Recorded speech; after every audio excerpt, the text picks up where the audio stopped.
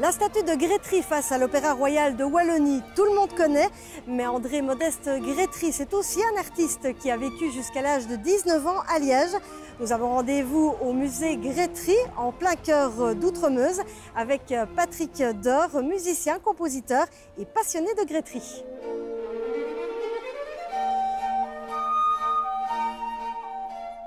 Patrick Deur, nous sommes donc au musée Grétry, en plein cœur d'Outremeuse. C'est la maison natale d'André Modeste Grétry. Nous avons la chance ici à Liège d'avoir vu naître Grétry, un personnage emblématique de la musique du XVIIIe siècle. Il est né ici, il a vécu ici, il a étudié ici, il a composé ici, avant de partir pour Rome et de commencer une carrière vraiment internationale. Alors il a vécu ici jusqu'à 19 ans. Jusqu'à 19 ans, et puis ensuite il a entendu, à vrai dire, de la musique italienne, et qui l'a absolument séduit. Et la fondation d'Archi lui a permis de partir 5 ans en Italie, à pied.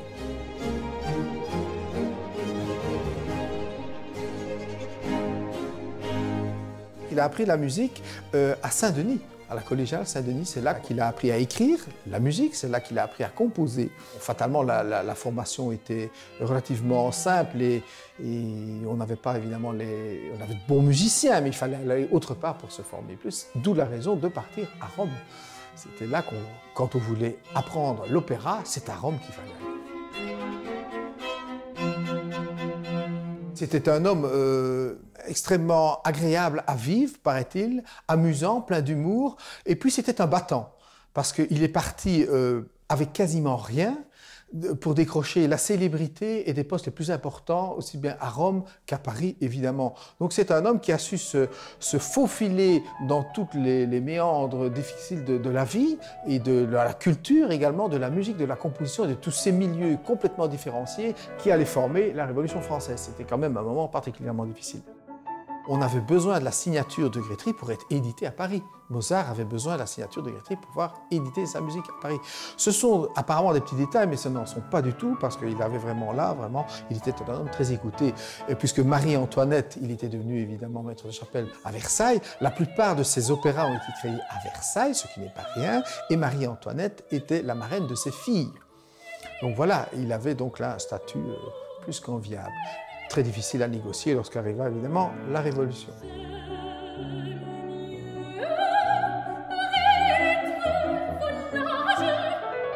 Ce qui a fait son succès et qui fait toujours son succès aujourd'hui, c'est la beauté de ses mélodies. C'était d'abord un mélodiste, c'était un compositeur d'opéra. Donc tout ce qu'il écrit, c'est pour la voix.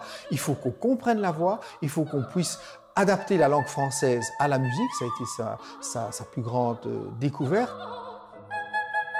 C'est une musique légère, mais qui n'est pas que légère et qui passe très très bien. Grétry a racheté l'ermitage de Jean-Jacques Rousseau dans lequel se trouvait ce piano.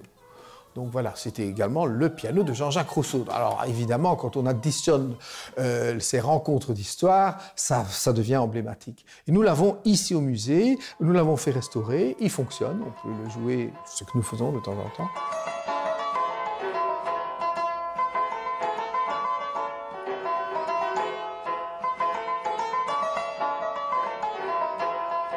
Nous avons beaucoup de chance, c'est de la chance d'avoir des objets d'époque, des objets qui sont à lui, et surtout des manuscrits, ce qu'il a écrit de sa main, aussi bien des manuscrits musicaux avec ses compositions que les mémoires qu'il a écrites à la fin de sa vie. Donc on a vraiment ici une quantité d'informations absolument extraordinaires de première main. Alors on a également un piano silencieux, muet. Un piano muet.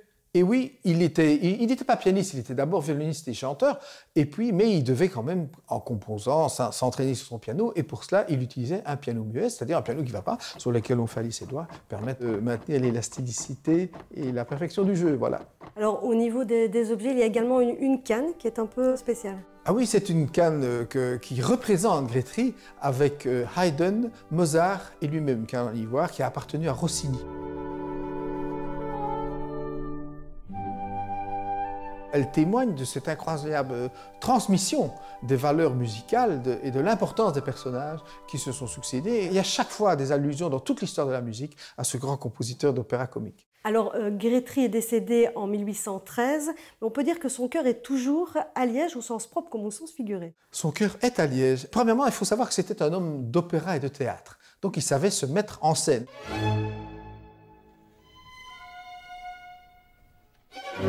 Sa vie est quelque part toujours un peu une mise en scène. Et le retour de son cœur, il a demandé que son cœur retourne à Liège, sa patrie, était évidemment un geste extraordinairement affectif et significatif envers sa ville.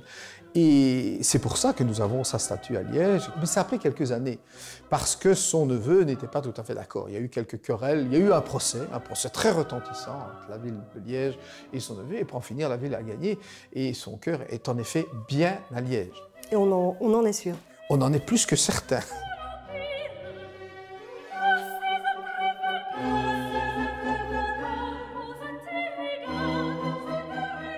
Grétry est partout.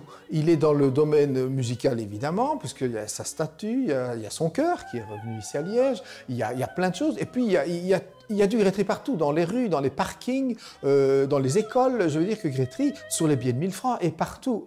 Au fur et à mesure de l'histoire, depuis le XVIIIe siècle, il est partout. C'est un nom qui est devenu quasiment, comment dit-on maintenant, merchandising, quelque chose. Sans s'en rendre compte, souvent les gens ignorent bien que c'était un grand compositeur d'opéra comique, et c'est ça qui est un peu dommage.